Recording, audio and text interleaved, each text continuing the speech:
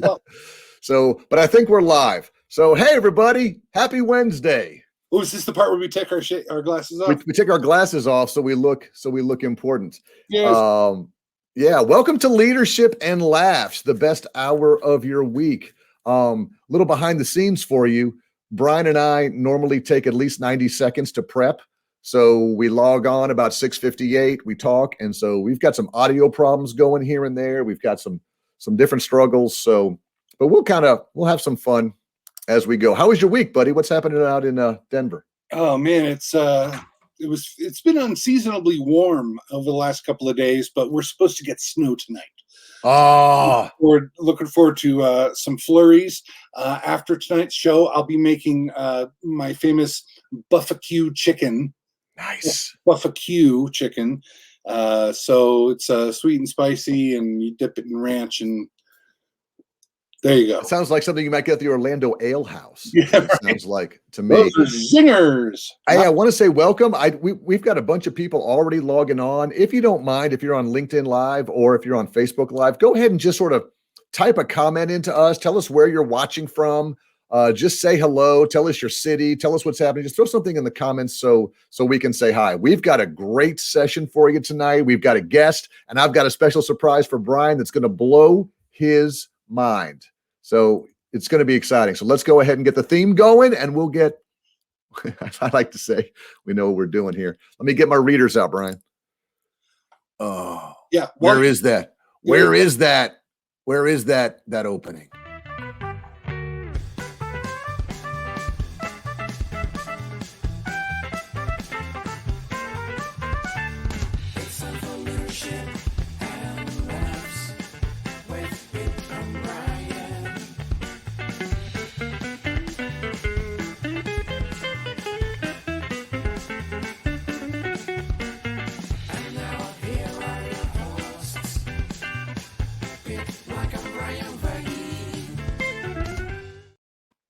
Hey, Brian Vaghi. Here we are. What's going on? Guess Good what to today is? Do you know what today is, Pete?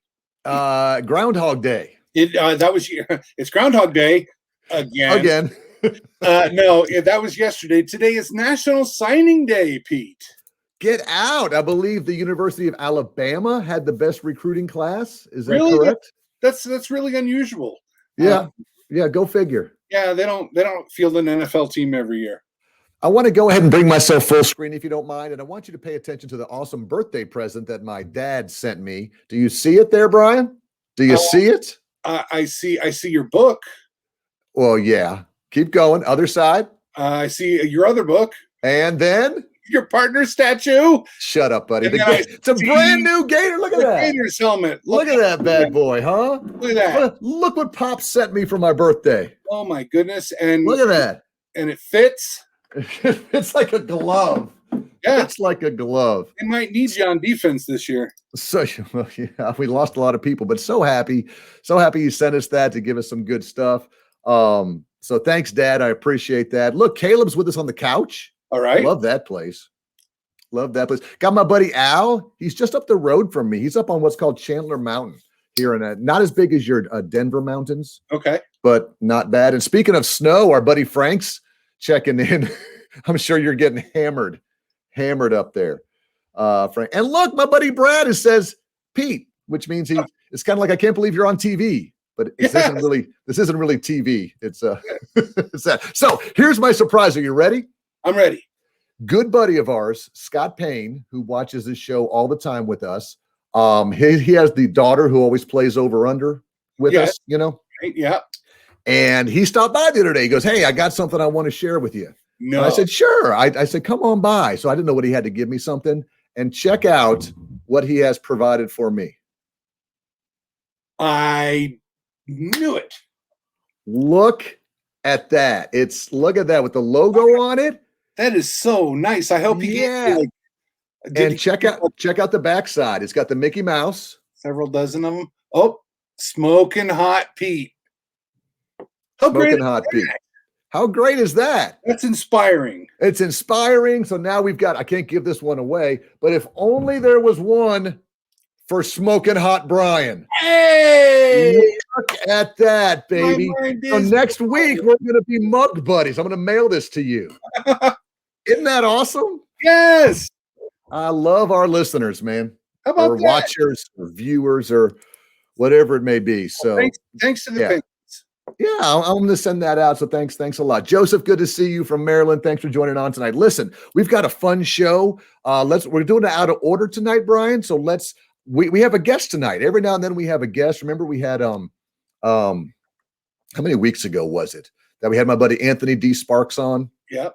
And we talked leadership with here. We've got one of our former Disney buddies with us tonight. We're going to have a good time. So we're going to incorporate him into what we call the Daily Disney.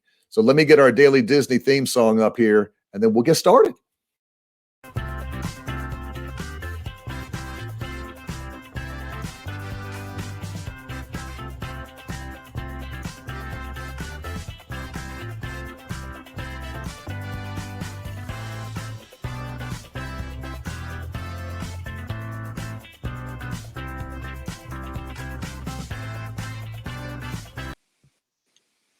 And look what happens. All of a sudden you come back and there's three of us. Look who's here. There's three of us. Hey, let me get there I am. Yeah. Everybody center yourself. Center yourself as good as you can. So let's go ahead and get started. Brian and I know our friend Michael Lyons. Michael worked with us at Disney for years and years and years. He is a passionate former Disney cast member. He is a passionate leader, and he has a lot of just, different experiences that we hope from a leadership perspective he can share with us tonight. So join me, Brian, hit the applause sound effect for Michael Lyons. Oh, wow.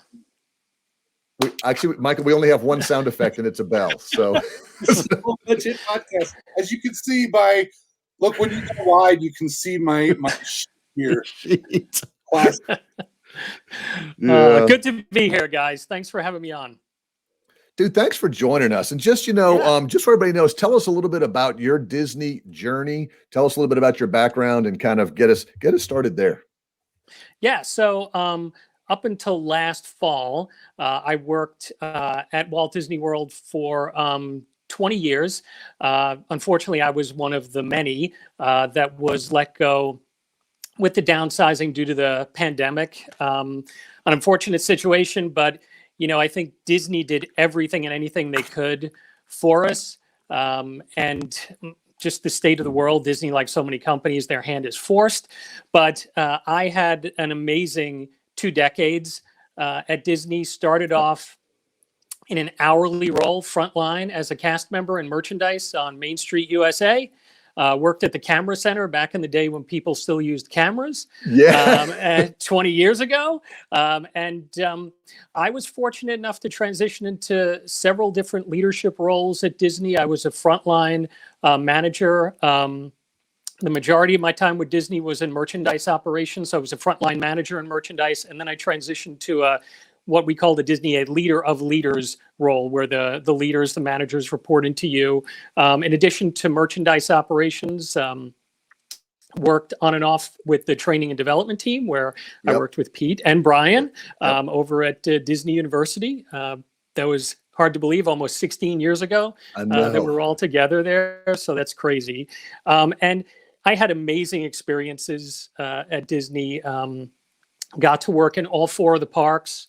Worked in 2 of the resorts, again, worked over at Disney University. I even worked in their off-site retail locations. So I managed the shops out at Orlando International Airport and got to be a part of openings. I was part of the opening of Disney Springs, which is the retail and dining location that used to be downtown Disney. And in my last role as a leader at Disney's Hollywood Studios, I was there for the opening of Star Wars Galaxy's Edge. So that was absolutely amazing.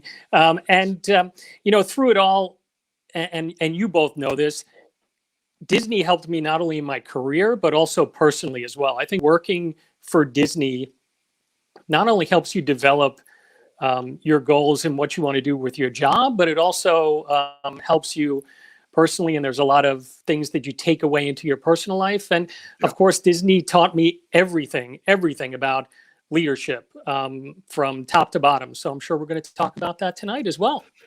And let's take a minute, Michael, and just kind of start with the elephant in the room, which is, you're no longer there, and through no fault of your own. And we have so many friends who have 15 years seniority, 20 years seniority, 25, and through no fault of their own, just through the circumstances around COVID, just aren't working there anymore. So I did a conference today, and I went and spoke to a bunch of fire chiefs.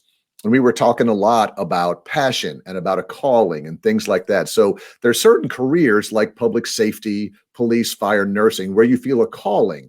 So even if something bad happens, you're not going to speak bad about the company. Here you are, 20, 25 years with the company, awesome. And you still stand there and say something like, it's okay, I understand, it just happens. Is that because of the passion that you have for your career and your job? Is that kind of drive that? Yeah, I think it is. And I think it's also the passion that you have for Disney itself. I think working for Disney is like that line from the Eagles song, Hotel California. You can check out anytime you want, but you can never leave. I think, once you work for Disney, it's part of you. And, the leaders and, the teams there, one thing you learn there as a leader is the caring for other people and taking care of other people. And that through bad situations like this, you're still cared for, you're still taken care of. I mean, they took really good care of us, even in the whole separation process. And it's really difficult to look back with any type of bitterness when you're treated so well, even as you leave the company. Yep. Brian, I don't want to hog all the questions. So unless you want to add something, I'll keep going. What's your favorite curse word? Well, I like one that Pete and I kind of talked about ahead of time, which I thought was a great question, was, in your Disney leadership, in your journey as a cast member, who was a leader that you really admired and kind of inspired you?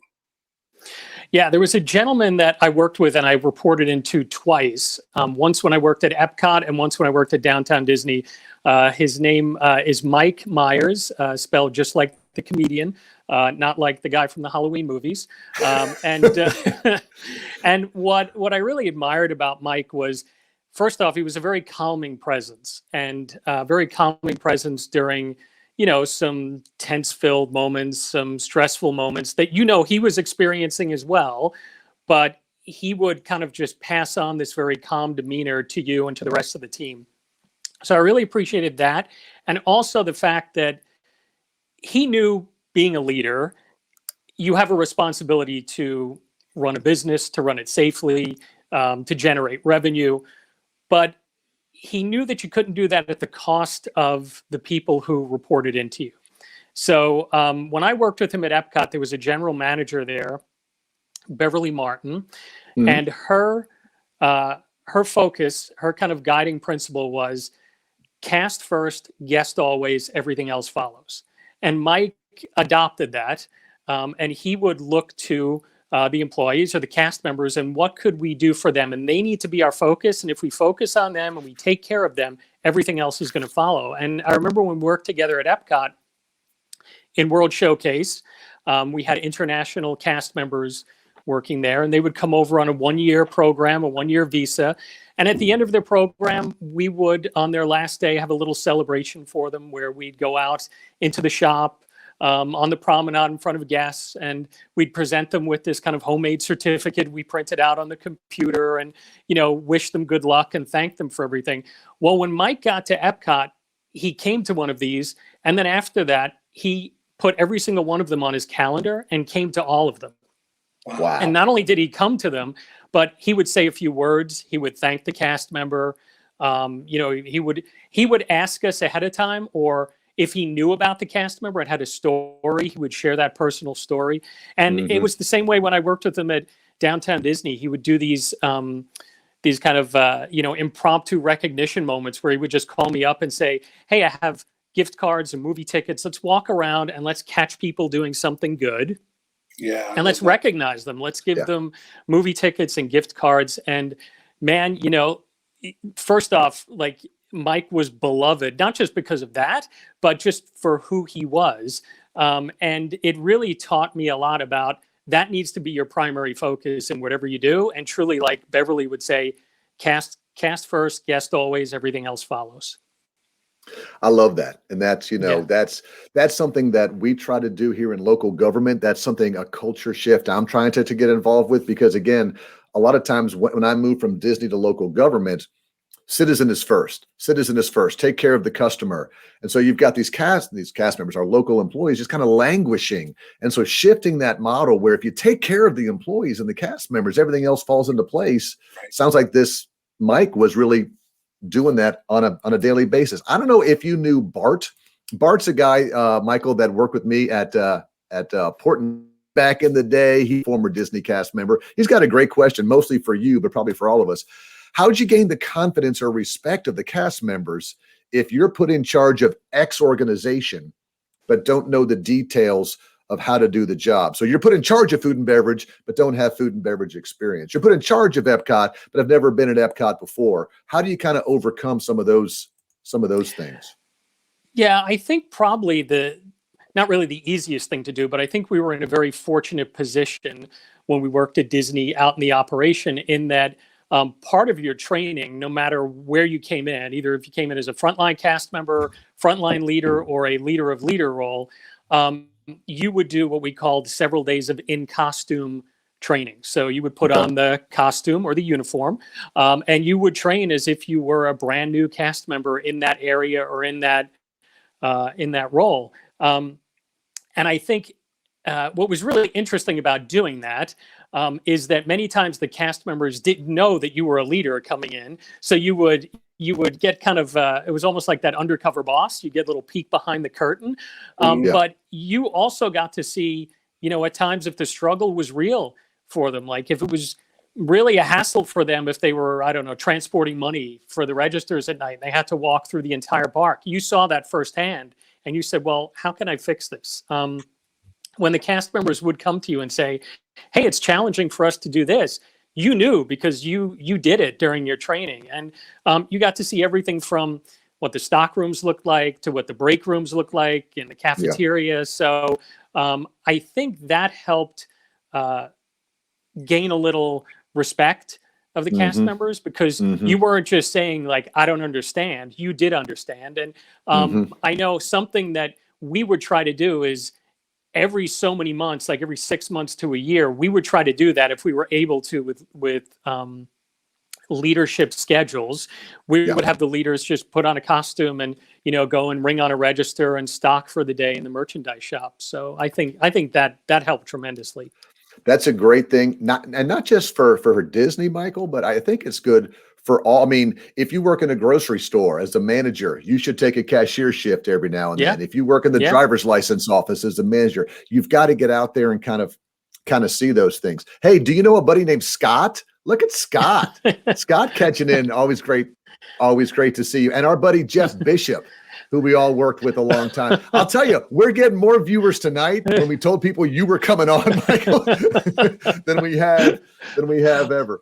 And here's Frank. He says that you're a real leader, got a passion for Disney, and was a great cultural fit. So speaking of cultural fit, I know we're kind of jumping the gun, but let's talk animation, because anybody who's looking, if you're listening to the podcast right now, you may not see this, but behind Michael, he has a lot of animated cells behind him, including one of my favorite Disney movies, the most underrated animated film of all times, The Emperor's New Groove. So tell us a little bit about your passion about animation and what you're doing now around that. Yeah. So I actually have transitioned to a new old job. So prior to working for Disney, I worked as a freelance journalist, a freelance writer in my home state of New York. And kind of transitioned out of that work for Disney for 20 years. So now I'm going back to being a freelance writer. And one of the things I covered in the 90s was Disney animation.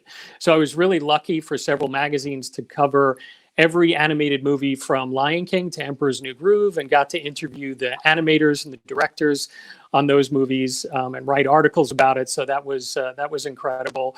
So now I'm kind of getting back into that. I will break the news here first, working on a book. I would, yeah, I know. So signed the contract earlier in January. So not much more I can say about it right now, but would love to come back on somewhere down the road. When the book is getting ready to this is your one time, man. You blew it. Your timing was off, man. Sorry. I should have said hashtag not a sponsor. Well, congratulations. Congratulations. Thank you. That is good as let's go ahead, because timing seems to be pretty right here. I'm going to go ahead and share a screen here and share something on Facebook that I know you're probably familiar with. So what people are seeing here, if you're watching the podcast, you're seeing Michael's Facebook page, which is called Disorder, DIS for Disney, DIS/order every Disney film. Tell us about this and your podcast. Yeah, so this is a podcast that I host with two friends of mine, Andy and Hunter. We started it about 4 years ago. It was Hunter's idea. He said, let's go through and review every Disney animated film in chronological order, starting with Snow White and the Seven Dwarfs, which we did over the course of the 4 years. We've just finished up last month with Frozen 2. We just did a recap episode recently where we went back and talked about our top 5 favorite films, top 5 favorite songs, favorite scenes. And we are now kind of reshaping the show where we're still going to kind of keep the order part of Disorder, but we're going to take a look at more of the fuller catalog of the Disney movies, including the live action films, some of the other animated films that might not be considered the more traditional animated features, like a Goofy movie. Sure. And we're going to put them up for votes on social media, and whichever ones the listeners pick, we are going to review and talk about. So it's been great fun. Thank you for letting me promote it, but it's just absolutely it's been a great experience, and wonderful to hear from the listeners from around the world, and a great way to share how special these movies are with everyone. And can I listen on most streaming services? And it's just called how will I search for it on all of the sites if I want to listen? Yeah, so it's on Apple Podcasts. It's on Podbean. Anywhere that you get your podcasts, you can just type in Dis-order every Disney film, and you'll find it. Awesome. And awesome. Yeah, thank you. 20,000 downloads per month too. Yeah. Brian and I get excited. Hey, 30 people watched, Michael. So this is a huge success for you. So that's good. It's good to see our buddy Brenda, who's speaking good things about you and say that you were a great guest speaker. Again, you've got the passion, and I think we didn't have a lot of time to get into a lot of leadership tonight, but because we have not to break it to you, Michael, but we got the game show, and apparently that's the most important part of our day is the game show, because we got to give the listeners and the viewers what they want. But sort of sum up, if you will, being a leader at Disney, you kind of covered it at the beginning, but some of the best takeaways that you had, some of the skill sets that you got that are still applicable, and how do you use those? Yeah, so this is going to sound like a very practical one, but something that I was thinking about today was time management. I think was a big takeaway for me from leadership, and with time management, I think that's just a big takeaway in terms of your personal life. But then I think also from that you get prioritizing, and not only prioritizing, but knowing that when you make a list, you're going to need to be flexible with that list. I mean, working in the operation, you knew that if I'm making a list of these 7 things to do today, and I get in and there's a thunderstorm, I'm going to need to, figure out what's going on with the weather or whatnot. And I think that's just very applicable to real life too. And I see that now as a writer working from home. You get your list of things to do, and then there's just something else that comes up. And I think that's even true when you make your list of things to do on the weekend. I'm going to cut the lawn. I'm going to do this. I'm going to do this. And, I think you definitely need that structure in life, but you need to be flexible. So it sounds like kind of a small thing, but that was a big learning for me coming out of leadership. And of course, Brian, go ahead. I was going to say, I echo that. That's something that we used to hear from Lee Cockrell on time management, and I learned list making in part of my career. I learned that at Disney. I'd get lined Post-it notes, and every day it was a good process for me personally to my wife is very glad that I started learning how to be a little bit more organized with my lists. And that's part of the reality. I think you both agree of working in the theme park industry or the resort and the entertainment industry is you can have a list all day. I mean, it's like most jobs. You have a list of things to do, but when you get in there and the guests start coming and the employees have issues and the cast member stuff, so the whole prioritization, all of that, I think we all really learned how to make lists, how to prioritize, how to move things over, how to delegate. So that was awesome. So, hey, Michael, can you stay for the game show or do you have to go? I can. No, I can stay. Brian, that's awesome. Wait, all right, hold tight. Calendar. Oh, look, I'm free. All right, well, cool. Well, as you know, everything has a theme, so hold tight as we get going.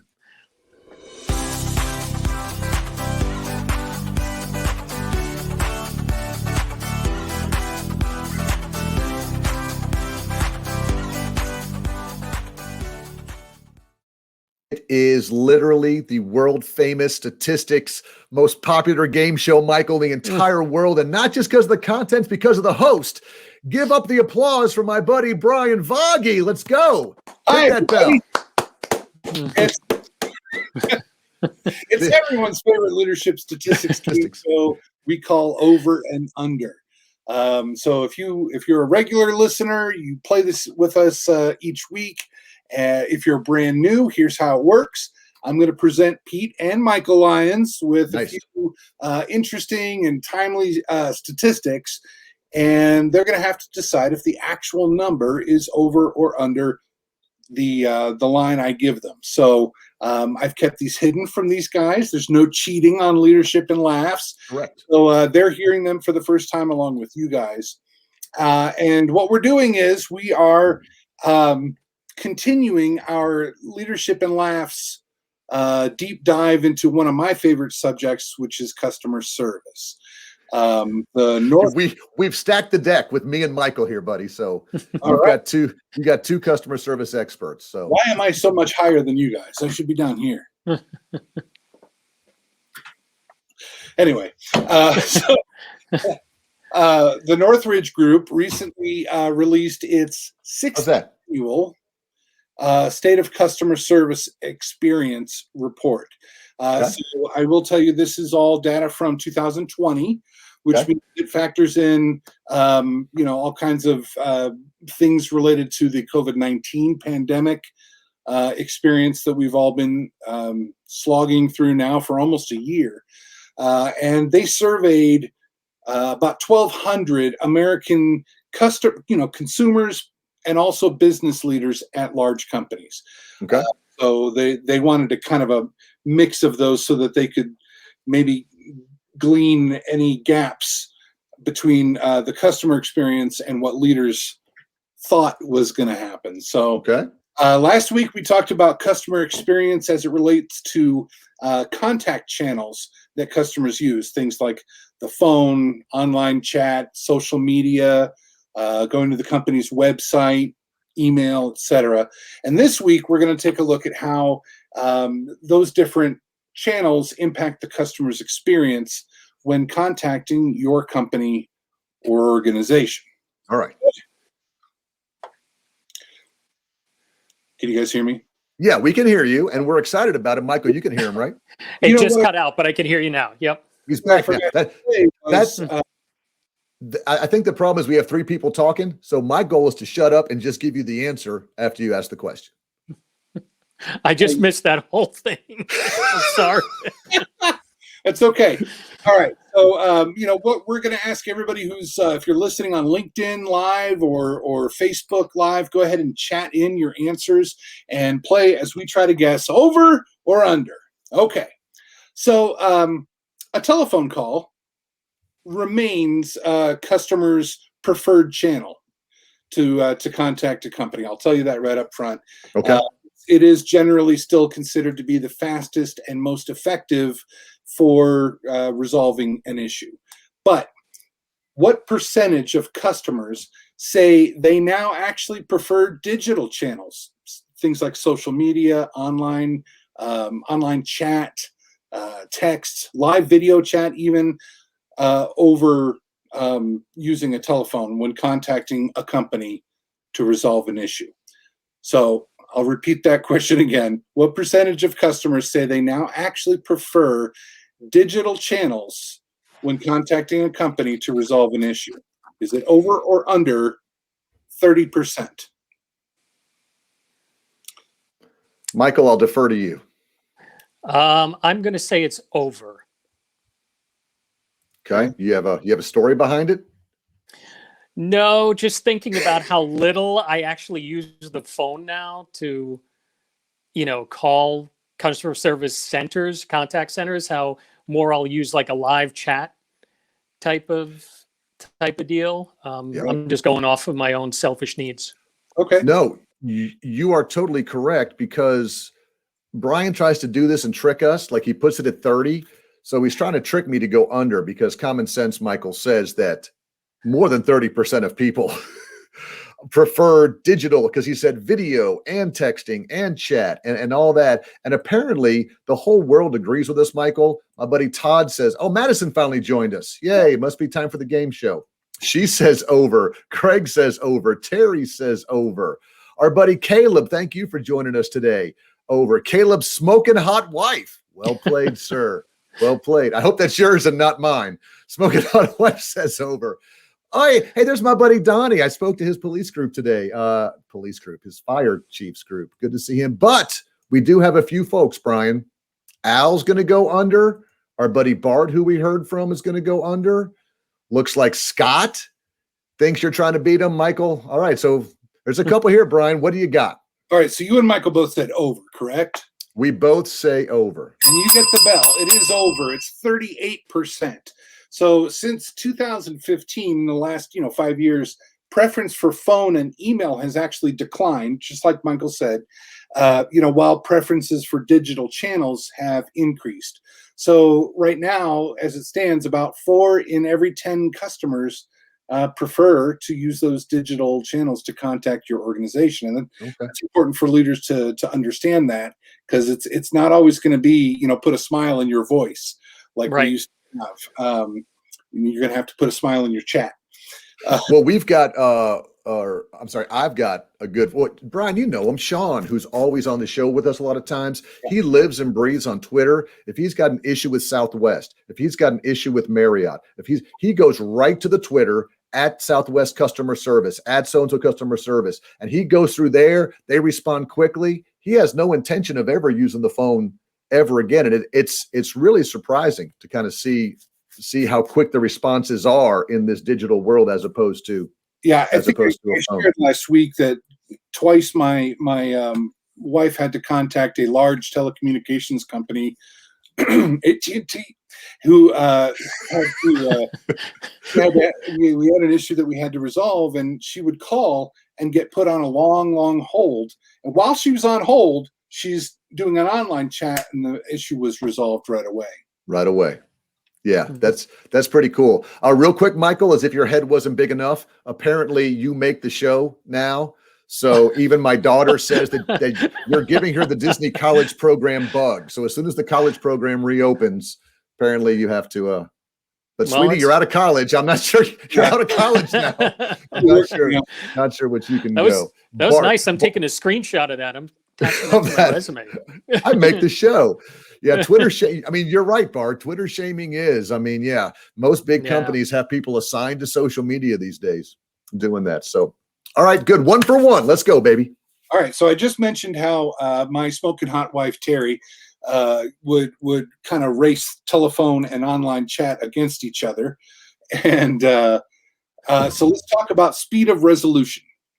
Okay. What percentage of customers who use online chat reported that their issue was resolved within minutes of contacting the company? Over or under 19%? I'm going to ask for a qualifying question. their issue was resolved or they got contact with somebody within a couple minutes? How are you? Was resolved within minutes of contacting the company via online chat. Over or under 19%? 19%. The three categories they could choose from were within minutes, within an hour, or a day or more. So how many said it was resolved within minutes? Michael? I'm going to go with over again. Okay. Just because the number seems so low? And I think it just, again, based off of my own selfish experience, that I seem to have had resolution and follow-up when I've used these chat groups, more than by phone. It is tricky. Yeah, I'm sticking with my buddy Todd because I'm a rascal, Todd. Because I mean, if I get it resolved within 7 to 8 to 10 minutes, I feel like that's a success. But when Brian sets it up in minutes, I'm not sure how many people can get all their issues resolved in minutes. So Todd's with you. Let's go with the over. My smoking hot wife's taking the over. Over with Scott. Over with, there you go. Let's see. Scott and his daughter are watching. Scott, again, thanks, buddy. We're loving him. He's taking the over. And your smoking hot wife is taking the over. But a lot. Hey, Jacob, thank you for watching tonight, buddy. We appreciate that. But we do have a lot of unders. Anthony says this. He says often it ends with, well, we can't facilitate that request on the chat. If you happen to call, we can go with that. But we got some more unders. We got Chief is under, Greg is under, and my daughter's under. So Brian, you've done it again, man. Let's see if we can go 2 for 2. Well, the bell goes to those people who said over. It's over 19%. Dang it. It's 42%. 42% said that their issue was resolved within minutes of using online chat, which is your data is so wrong. That's shocking. It's shocking. And the number jumps up, guys, when jumps up to 72% if you factor in those who said within an hour. So, 42% and whatever you add to that to get 72 is less than an hour via online chat. So compare that to email, where 69% of customers report that it takes a day or longer for their issue to be resolved. Well, and going back to Michael's points about the phones earlier, I may wait up to an hour on the phone to get somebody. My wait time is 30, 40 minutes. So if I can interact and then get it fixed, and this is something all of us as leaders need to think about our organizations. Again, I'll speak for mine. We don't have that. Again, we're in local government. All of our stuff is still email or phone. There's no direct, interaction, live chats, bots, all of that stuff. So, yes, thank you, Todd. So good. So good. Yeah, that's when we take. Well, I'll go to the next question. Okay. It kind of ties into that. When you take all of the channels into consideration, something Anthony Hughes just said, when often it ends with we can't facilitate that request on the chat, meaning you have to contact somebody else or make an additional contact. So when we talk about the customer service experience and you take all of the contact channels into consideration, what percentage of customers say it does take them multiple contacts to get their issue resolved? Oh, that's a good one. Over or under 51%. Does this include, is local government segmented out, or does this include everybody? Does this include everybody? I don't think. I think that local government is not included in this because this is this is corporations, right? Companies. Unless you're coming at it from the customer side. Okay. Do I have to do multiple reach outs, and that can be phone and text, or phone and phone, or phone and I mean, you have to contact a company multiple times in order to get your issue resolved. Over or under 51%. Man, you did good today. Yeah, these are good because questions. when you said that, I was going to go with 50 right down the middle. So I don't know, Michael. I'm going to let you. I think I'm going to go over again. Okay. Are you 2 for 2, Michael? Yeah, I believe I am. All right, Todd's saying that he's riding the over. He says, this isn't like you have to do 2 and 1. I think it's over 2, and here's why. I think that in my mind, this customer experience stuff and customer service is still a little bit. We're good at in-person solving problems. If someone came to the front desk at one of our hotels or one of our theme parks and got me the first time face-to-face, we're going to fix that problem right away. Even on the phone, I've got nowhere to go with you. But when you start mixing and matching modalities, and this person doesn't know this thing and this, and I've got to get with this and all that, I just really think that there's going to be more back and forth. So I'm gonna take the over with Michael as well. But I got to tell you, a lot of people are liking the under. Hey, Mike, thank you for watching tonight. Appreciate you, buddy. So we do have a lot of unders. Bart's going with the under. Scott's going with the under. Madison's taking the under. But I'm telling you, Brian, you did so good tonight. Most of the time, you really can't figure you out. Look at Jennifer. Jennifer, thank you for joining us tonight. We appreciate that. We haven't seen you on in a while, so thank you. Greg's taking the over. And Scott has an opinion. He thinks it's over, but there's no way he does 3 overs in a row. So he's going in your brain, Brian. Right there. Yep. And Donnie says under with the right data. Interesting. All right. Can we have our guest, Michael Lyons, go 3 for 3 tonight, Brian? Is it over or under the 51%? It's over, slightly over, 58%. Sorry, Scott. I did. I went 3 overs in a row. So, unbelievable. Yeah, it's actually 58% said that they have to contact the company multiple times to get their issue resolved. And as a customer service professional, you never want that to happen. They talk about customers. What kind of effort do your customers have to put in order to get a resolution to their issue? So, if you think about it, only 42% then of customers report that they can get their issue solved in the first contact. And that's actually down from 2019. Yes. The same question in 2019. Wow. 53%. So it's actually getting worse out there. Nearly 6 out of 10 customers have to make multiple contacts with your organization in order to resolve whatever issue they're having. So, is that because we've got too many modalities, too many choices to choose from, or is that just because it's been a COVID-based year and service has gone? I mean, you said it went down 9 points since last year? It went down. So people who report, that their issue was resolved in the first contact in 2019 was 53%. Now it's 42. That's a big drop. So my hillbilly math says that's 11%. So we always turn to our guest and say, Michael, what did we learn? Because me and Brian don't know. What can we take away from this? I'm sorry, say that again, Pete. What can we take away from this? What can we learn about all these things that he talked about today? I think first and foremost, as a customer of some kind, I think the biggest thing, especially now with everything going on, is understanding and patience, and kind of, I think, prioritizing what does this mean to you, and how important is this to you? Like, how important is this that I really get this resolved today? And then having an understanding of, you're just talking about the COVID world. The person that you're talking to on the phone, not on the phone, I'm sorry, like on the chat, they might be working from home. They might have spotty internet connection.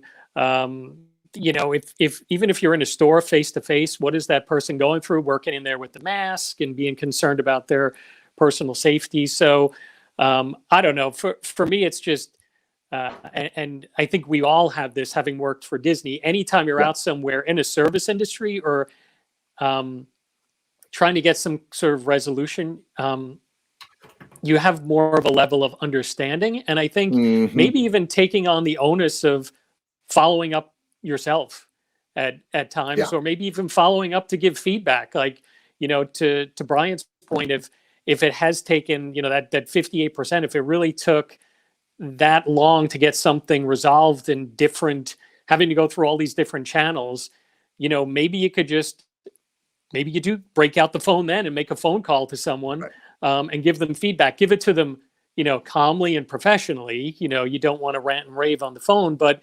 maybe they need to hear that because they may not even be aware of the problem. I know this is surprising to you, Michael, and that's a great point, but I was getting my hair cut a couple of days ago, and I was talking to the lady who was cutting my hair. It takes about 10 minutes. And she was cutting my hair, and she goes, "Thank you so much for waiting. Thank you for being patient." And I said, patience and grace right now, I think, is something we all need. And she went into a diatribe about how she had this experience recently where someone cut her off, and this experience recently where someone was rude to her, and this experience recently. And she said, you would think with all the things that we're all going through, you'd see a higher level of patience and grace among customers. She said, I'm seeing less. People are more stressed. People are more this and that, and less understanding. So that was surprising to me, because I think we all need to, like you say, be a little more patient and take time and understand what people are, be more empathetic, if you will. I agree. Yeah. My experience, it's kind of been a curve. Like when the pandemic first started and everybody was locked down and I was the only one in my family who was allowed to go out and grocery shop or whatever, back in June, I felt like everybody was really nice and looking out for each other. And since then, I feel like it's just dived. Yeah, you're right. You're 100% right. So that's something we all can kind of work on. So again, my smoking hot wife, night's job. Michael, I want you to go out and post upon your Facebook pages. Yes, I was on this show. Yes, I was 3 for 3, Michael. See how proud people are. Yes. I know 3 for 3. Yeah. And see how it bothers Bart. Look, he's not going to sleep well tonight. He's like trying to figure this out. Hey, we've loved having you on, man, and we will definitely bring you back when your book is out, or even before then, because apparently the show is better with you on it. So we may bring you back a lot more. So Brian, any closing questions or thoughts for Michael? What do you want to do? Check out Michael's blog too. I was looking through that today, called Screensaver. So it's called Screensaver. It's a retro review of TV shows and movies from yesteryear. So if you want a nice little bite of nostalgia, he's got over 100 blog articles going back to several years. Well, thank Michael, you for that too. Yeah, it's all my old LinkedIn, right? Of a misspent life watching TVs and movies, and now I'm doing something with it. So all that time, my parents said, "You're wasting your life in front of the TV." No, I'm not. Now I'm using all that information. See that? Exactly. So thank you, Brian. Awesome. Well, Michael, thanks for being with us. You're on LinkedIn. People can connect with you there. I am. Yep. Find the podcast and all that kind of stuff. So outstanding. Thanks, man. We appreciate you. And we'll go ahead and somehow I've got to kick you out here and see how this works. So see you, buddy. Have a good day. Thanks, gentlemen. You too. Have a good night. Bye-bye. All right. Bye. Man, how about that, buddy? How'd that feel? That was awesome. Yeah, Michael's one of the good ones. Yeah, absolutely. Good partner, good friend, good guy to work with. For those of you, again, who are listening or watching, again, we live in the training and development world. We live in the human resources world. We live, we all did some operations. But all of our friends at Disney, at least Walt Disney World specifically, many of them were let go this past year through no fault of their own. Just numbers are so far down. Me and Brian both talk, if we were down there, we wouldn't have a job anymore, because you got to run the operations. You got to get Space Mountain running. You got to have the food. And you really don't need to have training classes and motivational and all that kind of stuff. So I'm glad he's hanging in there, and glad he's got something else to work on and occupy his time. So do we have time for an article of the week, Brian? Yeah, let's do an article of the week. All right, let's do an article of the week. Where's it at? It's right here.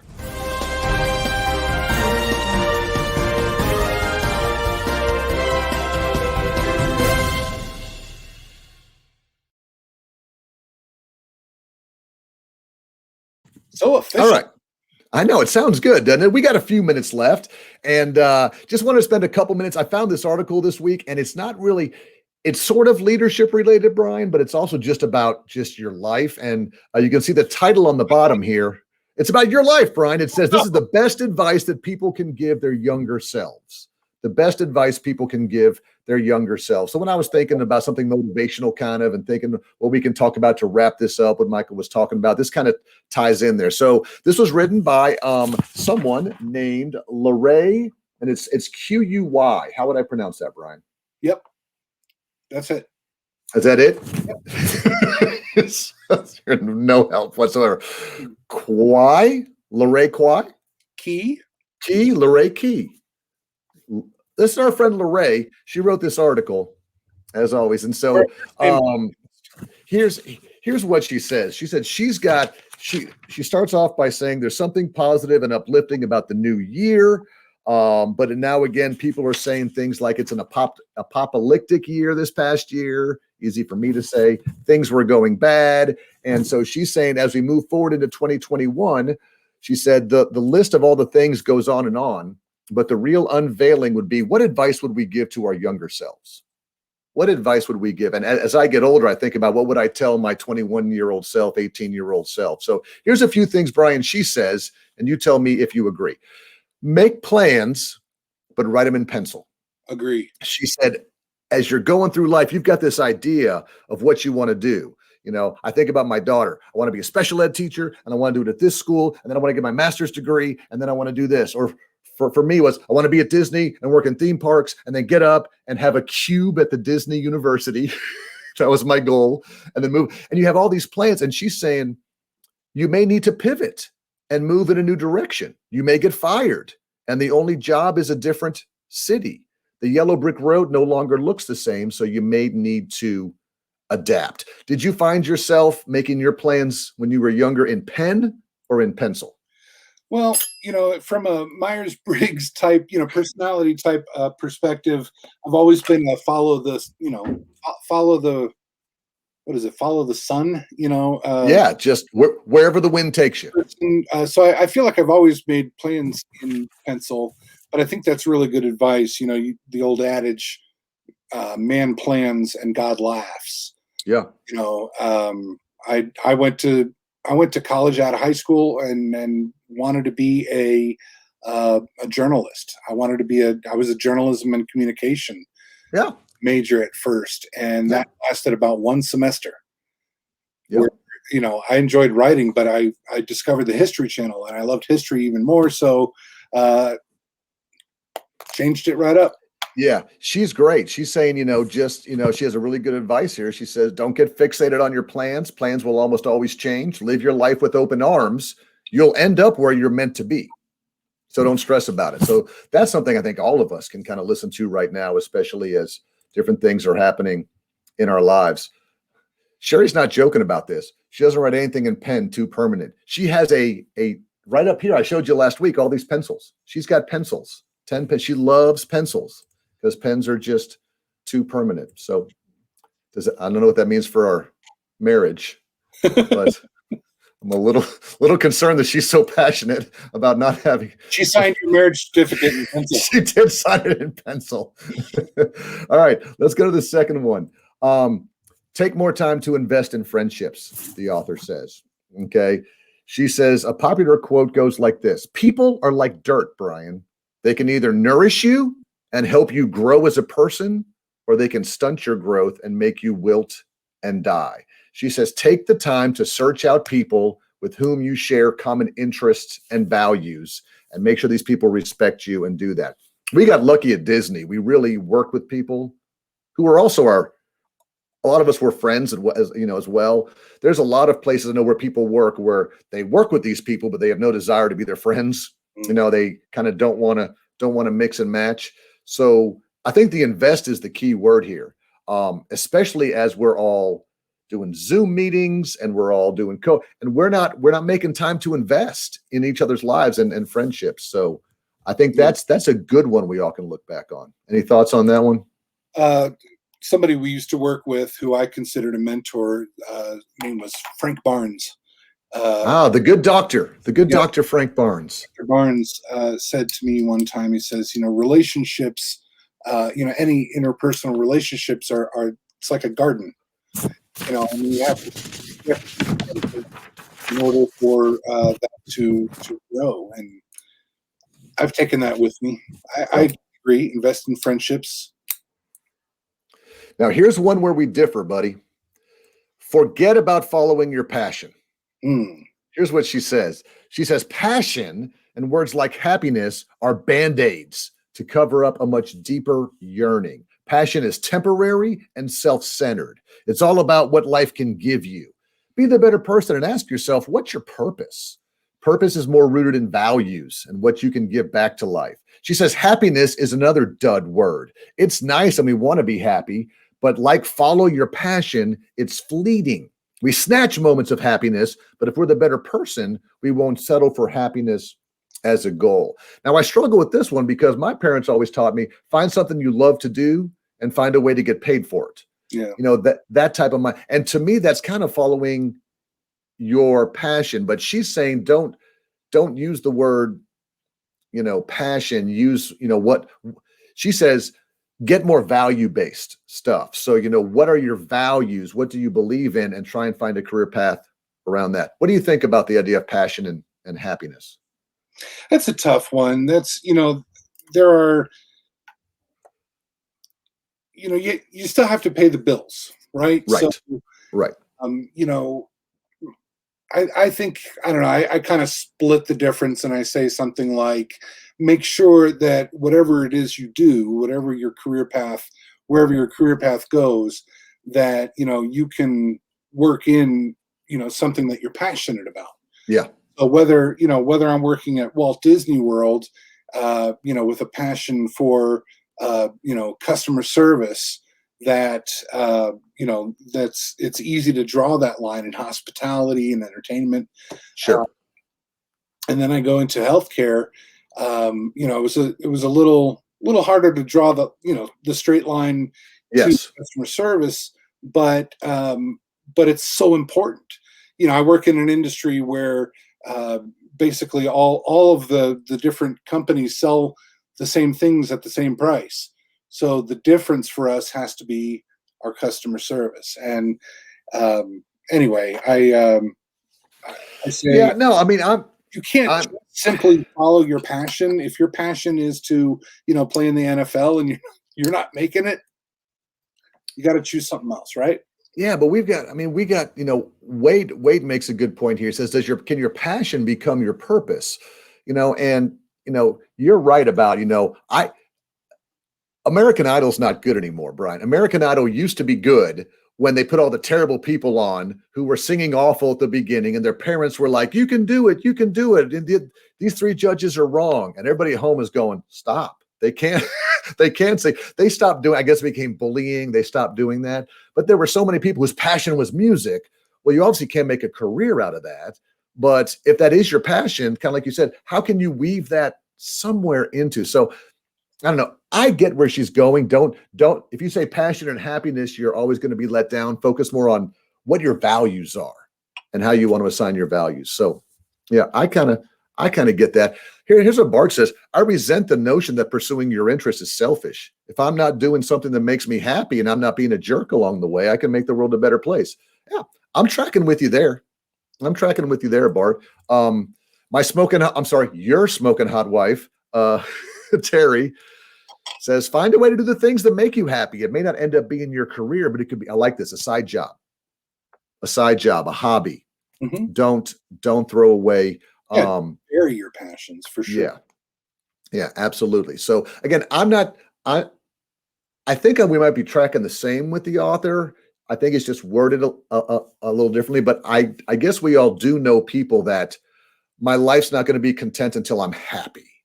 And if you're always looking for happiness, I can see where that can be a struggle. Hey, did you know that Bart knows our buddy Frank? So apparently you dropped a little Frank notion on there. Yeah, I miss Frank. And all right, let me try something here as we wrap up the show for today. But I'm going to share the audio. I'm going to go here. I'm going to share. All right, can you hear anything? Is there any music? Can you hear the music? Yeah. Is it too loud? No. Okay, good. Well, let's finish up by saying this. Michael, thank you for being here, buddy. He had a lot of fun, and look what he put, Brian. He's three for three. That's the key. That's the key there. Absolutely. I don't know what this means by my wife, but I'm going to go down and find out. What do you think she means by working 5 to 9? I don't know. Well, we're out of time, sweetie. I don't know. Unless your passion, you can work your passion from 5 to 9. Or is she saying if you're passionate about your job, you can work 5 to 9 and be totally, you can be 15-hour days and be happy because you're working in your passion. Let's bring her on. She's our guest next week, baby. She's our guest. So we will find out. Watch the Super Bowl. Apparently there's an ad we don't know about. Okay, good. Brian, let me put this up here. Give us some closing words, man. And I just love what Michael Lyons said about passion and here we are talking about passion. About patience and grace. And I want everybody to go out there and practice that this week. Use that empathy and find a way to be kind to everybody. Yeah, thank you for joining us. Be kind to everybody. We appreciate all of you. We had a lot of great people on tonight. Thanks to Michael for being our guest. Anthony, thank you, buddy. Go Bucks. Go Bucks, man. Brian's a Tampa Bay guy as well, so we appreciate y'all. Have a great week. Have a great weekend. Tell your friends. We'll see you next week. Bye, buddy. See you, Brian. Love you guys.